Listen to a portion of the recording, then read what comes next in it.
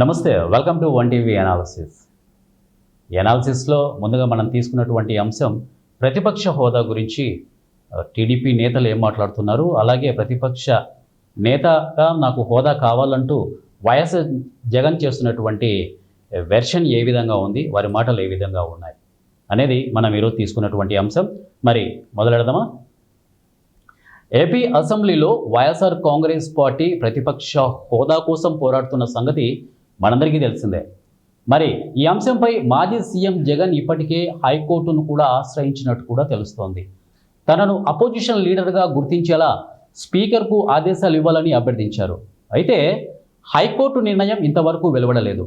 ఈ నేపథ్యంలో జగన్కు ప్రతిపక్ష నాయకుడి హోదాపై అసెంబ్లీ స్పీకర్ చింతకాయల అయ్యన్న పాత్రుడు ఒక కీలక ప్రకటన చేశాడు. ప్రతిపక్ష హోదాపై నిరాధార ఆరోపణలతో జగన్ తప్పుడు ప్రకటనలు చేస్తున్నారని మండిపడ్డాడు కూడా. మరి హైకోర్టు స్పీకర్కు నోటీసులు ఇచ్చినట్లు తప్పుడు ప్రచారం జరిగిందని, ఇవన్నీ తెలిసి కూడా జగన్ చేసిన వ్యాఖ్యలను క్షమించి వదిలేస్తున్నాను అని అయ్యన్న పాత్రుడు అన్నారు. మరి సభలో 10% సీట్లు వస్తేనే ప్రతిపక్ష హోదా ఇస్తామన్న విషయాన్ని జగన్ గమనించాలని అన్నారు. ఇక బుధవారం అసెంబ్లీ ప్రారంభం కాగానే అయ్యన్న పాత్రుడు మాట్లాడారు.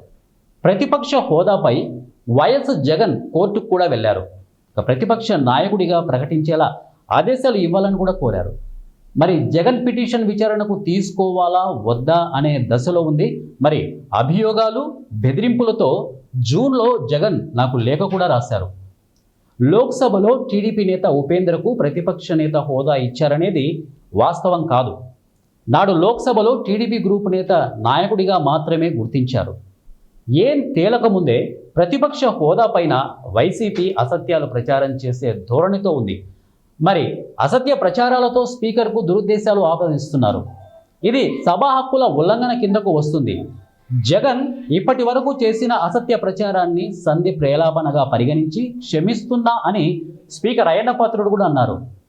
సో అయ్యన్న పాత్రుడు సైడ్ నుంచి ఇటువంటి వెర్షన్ మనము అంటే ఈ ప్రతిపక్ష హోదా పైన ఆయన తీసుకున్నటువంటి స్టెప్ తర్వాత జరిగిన విషయాన్ని అయ్యన్న పాత్రుడు చాలా క్లారిటీగా చెప్పారు.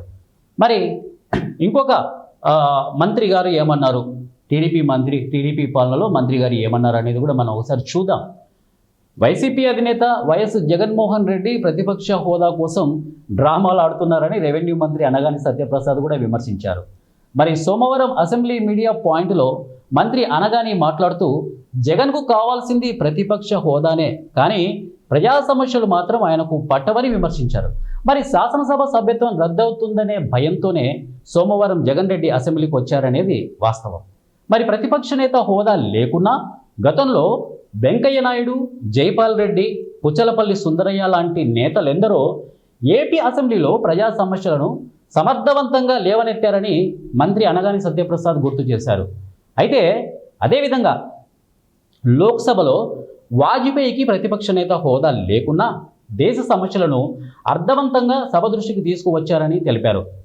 మరి జగన్ రెడ్డి మాత్రం ప్రజా సమస్యలను ప్రస్తావించాలంటే ప్రతిపక్ష హోదా కావాలంటూ వితండవాదం చేస్తున్నారనేది మండిపడ్డారు. మరి ప్రజలివ్వని హోదాను జగన్ కోరుకోవడం ఆయన నియంత ధోరణికి నిదర్శనమని విమర్శించారు.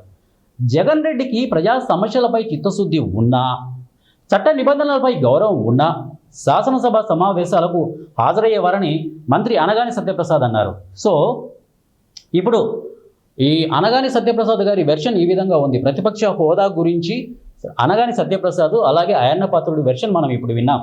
అలాగే ఈ ప్రతిపక్ష హోదా గురించి మాజీ సీఎం జగన్ ఏం మాట్లాడుతున్నారు, ఆయన వెర్షన్ ఏంటి, అసెంబ్లీలో తనకు ప్రతిపక్ష హోదా ఇస్తేనే వస్తా లేకపోతే రాను అనేది ఆయన వెర్షన్ సైడ్ నుంచి మనకు వినపడుతుంది. మరి దీని గురించి కూడా మనం తెలుసుకుందాం. మాజీ సీఎం ఏమన్నారు, ఈ ప్రతిపక్ష హోదా వెర్షన్లో ఆయన మాట్లాడుతున్నటువంటి స్టెప్ ఏంటి, ఆయన తీసుకున్న నిర్ణయం ఏంటి అనేది ఇప్పుడు మనం చూసే ప్రయత్నం చేద్దాం, తెలుసుకునే ప్రయత్నం కూడా చేద్దాం. ఇక మాజీ సీఎం జగన్ తన పట్టు వీడటం లేదు. అసెంబ్లీకి జగన్ గైర్హాజరు అవుతున్నారు. సభలో వైసీపీ ఏకైక ప్రతిపక్ష పార్టీగా ఉందని మనందరికీ తెలుసు, కానీ ప్రతిపక్ష హోదా కల్పించాలని డిమాండ్ చేస్తున్నారు. అయితే సభలో సంఖ్యాపరంగా సాధ్యం కాదని కూటమి నేతలు తేల్చి చెబుతున్నారు. ఇదే సమయంలో హోదా లేకపోయినా మాట్లాడేందుకు సమయం ఇస్తే సభకు వస్తామని జగన్ పార్టీ నేతల భేటీలో చెప్పుకొచ్చారు. కాగా వైసీపీ ఎమ్మెల్యేలు సభకు గైర్హాజరు పైన కూటమి నేతలు టార్గెట్ చేస్తున్న సమయంలో జగన్ మరొక అనూహ్యమైన నిర్ణయం తీసుకున్నట్లు కూడా మనకు తెలుస్తోంది. మాజీ సీఎం జగన్ తనకు ప్రతిపక్ష నేత హోదా కోసం మరో కీలక అడుగు వేశారు.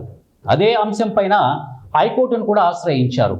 తనను ప్రతిపక్ష నేతగా గుర్తించేందుకు నిరాకరిస్తూ స్పీకర్ అయ్యన్న పాత్రుడు ఈ ఏడాది ఫిబ్రవరి 5న ఇచ్చిన రూలింగ్ను చట్టవిరుద్ధమైందిగా ప్రకటించాలని, దానిని రద్దు చేయాలని పిటిషన్లో కోరారు. అయితే ఈ ruling Andhra Pradesh payment of salaries and pensions and removal of disqualification చట్టంలోని సెక్షన్ 12(b)కి విరుద్ధమని ప్రకటించాలని కోరారు. గతంలోనే మాజీ సీఎం జగన్ తనను ప్రతిపక్ష నేతగా గుర్తించేలా ఆదేశించాలంటూ జూలైలో పిటిషన్ కూడా వేశారు. మరి ఆ తర్వాత ఆయన అభ్యర్థనను పరిగణలోకి తీసుకోలేమని స్పీకర్ రూలింగ్ ఇచ్చారు. ఇప్పుడు స్పీకర్ రూలింగ్ను రద్దు చేసి తనను ప్రతిపక్ష నేతగా గుర్తించాలంటూ జగన్ మంగళవారం మరో పిటిషన్ కూడా వేశారు. అందులో తనది అసమంజసమైన కోరికగా స్పీకర్ రూలింగ్లో పేర్కొన్నారనేది మనకు స్పష్టంగా కనపడుతుంది. అందులోని భాషను పరిశీలిస్తే తనకు ప్రతిపక్ష నేత హోదా ఇవ్వకూడదని ముందుగానే నిర్ణయానికి వచ్చినట్లుగా ఉందని వివరించారు. న్యాయ నిష్పాక్షికత, పార్లమెంటరీ బాధ్యత, సమర్థ ప్రతిపక్షం అనే మూల సూత్రాన్ని స్పీకర్ విస్మరించారని పేర్కొన్నారు.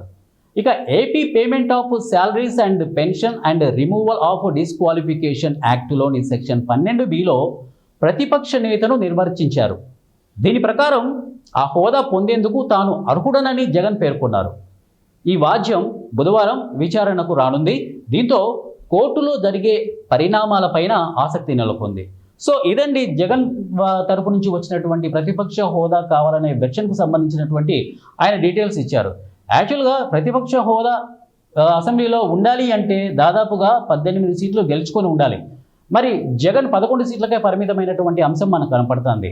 మరి ఈ ప్రతిపక్ష హోదా కోసం ఈ వెర్షన్లో ప్రతిపక్ష హోదా కోసం టీడీపీ నేతలు ఏమన్నారు, జగన్ వెర్షన్ ఏ విధంగా ఉందనేది మనం క్షుణ్ణంగా పరిశీలించాము. సో ఈ అనాలిసిస్లో మనం వివరించాము కూడా జగన్ పరిస్థితి ఏంటి అంటే, జగన్ ప్రతిపక్ష హోదా ఇస్తే అసెంబ్లీకి వచ్చి మాట్లాడతారా, లేకపోతే జగన్ ప్రతిపక్ష హోదా ఇవ్వకపోయినా ప్రజా సమస్యలపైన అసెంబ్లీలో వచ్చి దీని గురించి మాట్లాడతారా అనేది కూడా ముందు రాబోయే కాలంలో తెలుస్తుంది. మరి ఏ విధంగా ఉంటుందో చూడాలి. ఈ ప్రతిపక్ష హోదా గురించి ఉన్నటువంటి బర్నింగ్ టాపిక్ ఇది. మరి సో నెక్స్ట్ అనాలిసిస్లో మళ్ళీ కలుస్తాను. Until then, keep watching 1TV Analysis.